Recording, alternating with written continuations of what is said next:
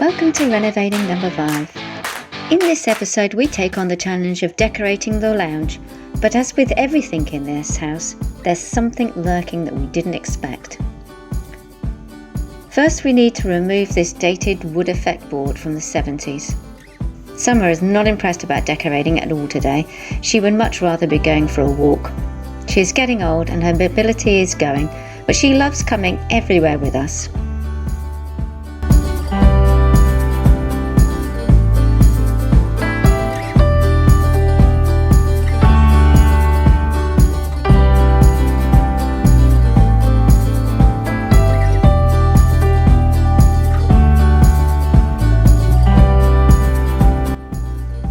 Once the skirting boards are removed, the ply board comes off really easy. Unfortunately, that's when we discover the horrible glue residue and score marks on the plaster. This isn't going to be an easy fix.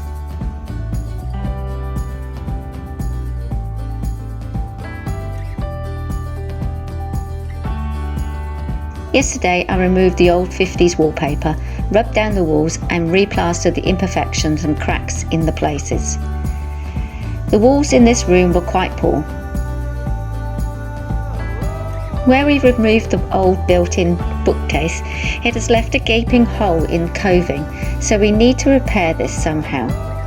Andy had the brainwave of making a filler piece out of plasterboard, so my job is to plaster it and make it look pretty. My other job of the day is to fix the horrible glue walls. We have tried rubbing it down with sander, but it will not sand smooth, so we have no option but to plaster the walls. Now, I'm no plasterer in the family.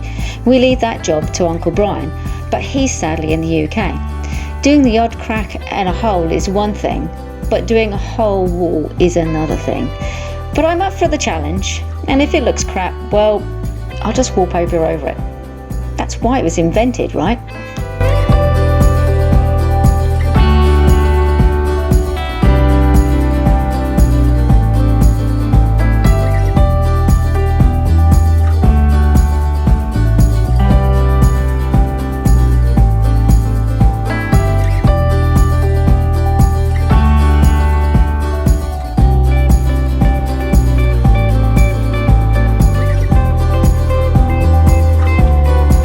Coving done, now for the walls.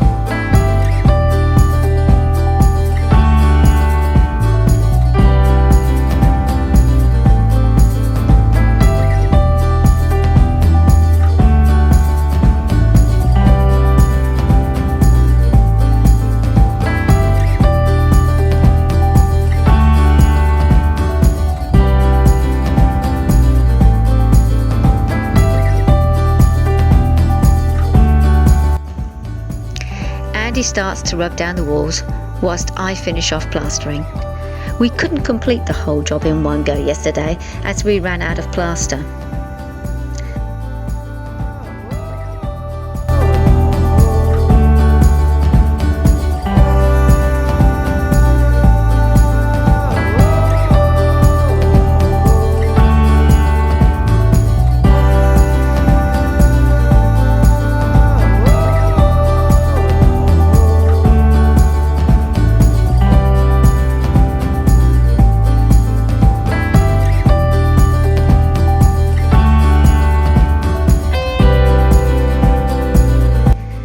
Whilst the second part of the plaster dries, I can fix up the imperfections in my plastering techniques and rub down the rest of the walls.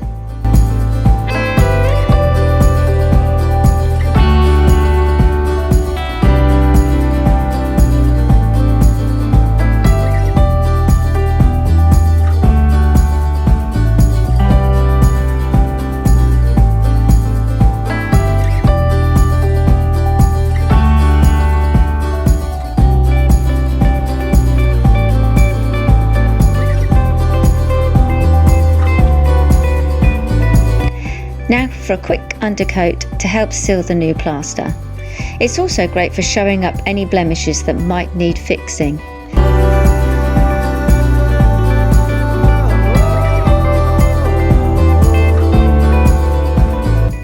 Then it's a quick coat of Toolman's paint on the walls and ceiling.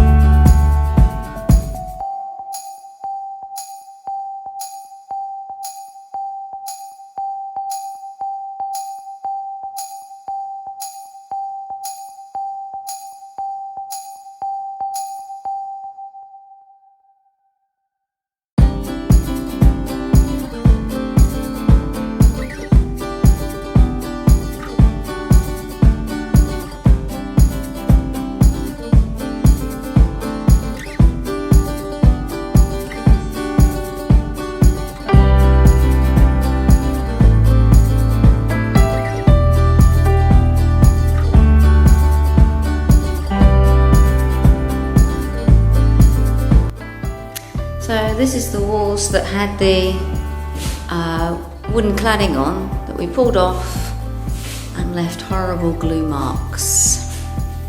That was real painful to pull off, to rub down. In fact, it wouldn't actually rub flat. And I plastered the walls. And I'm not a plasterer at all, in any way, shape or form. And if you watch the video, you'll know that I'm not a plasterer. But that came out really well and I'm really pleased. It is flat and smooth. You remember there was a cupboard here and they'd cut through the it's the coving and you can't see it now, it's completely gone. That was a massive big gaping hole. Still got to do the floor, so we're thinking about putting the floating, because the wooden floor here is unfortunately damaged in some areas. If you can see these big horrible scratches through them, that's where when they levelled the floor, for some reason in their wisdom they thought if they cut the wood it would stop them from splitting, because they literally raised the house too high. This is not from us scratching the floor from when we're decorating. This is actually what was done before we bought the house. This is to do with them trying to level out the house, and instead of lowering the front of the house, they for some reason raised this room really high to the point where it was a massive peak in the middle of this floor, and their way around, for some reason, getting out of the floor is to cut it. So this is actually big cut lines. You probably can't see it very well on the floor in the video, but it is. So we can't actually expose the floor, because it's ruined too much. And because of what they put on the flooring down here, it is horrible glue and stuff, and that'd be a nightmare to rub off. We've tried scraping it already as it is, and it's a real pain to get off. It's just really disgusting. I suppose we could hire a sander. That probably might work. But then, by the time you've done all that, you might as well put a new floating floor down, like the kitchen. I like the floor, so I want to continue into this room, and then that's all a nice finished flooring all in one thing. That's my theory anyway, to finish it off all the way through. Only in this bit, and then the rest of the rooms that get carpeted. Unfortunately, I lost the video of us fitting the lounge floor, but if you've watched the kitchen video, then it's basically the same but bigger. The skirting boards had a quick rub down and just needs nailing back onto the walls. Because this wall is the new part of the house, I need to shape the corner and allow for the architrave. The corner isn't a standard 90-degree angle joint, but two pieces butted together with one side rounded off to blend in with the curvature of the other side, which is a fun challenge to recreate.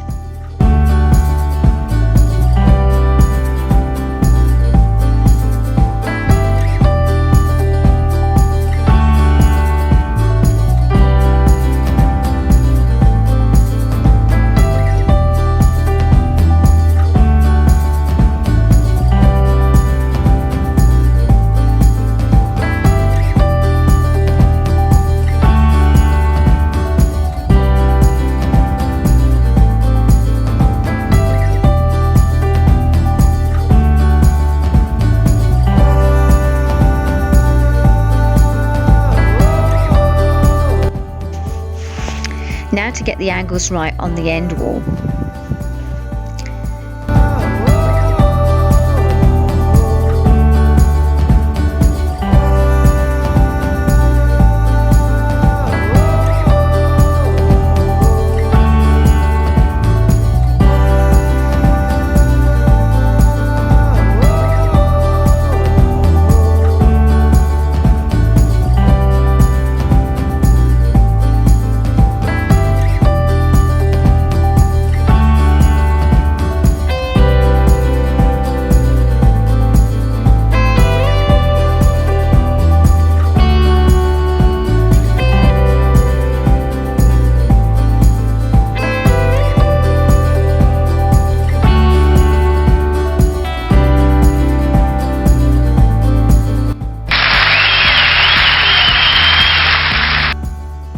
Phew, first go. Just need to quickly rub the wood down, nail it into place, give it a paint, and then I'm finished.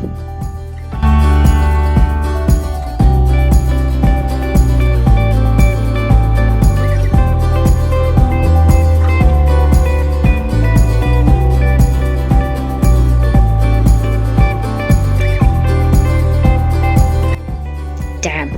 Just when I thought I was nearly finished, now I'm going to have to repair the wall and repaint. Nothing is simple in this house.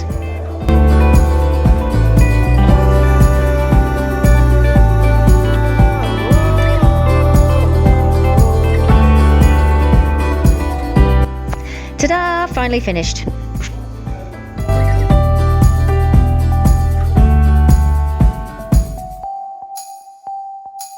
Thanks for watching. Like, subscribe and share.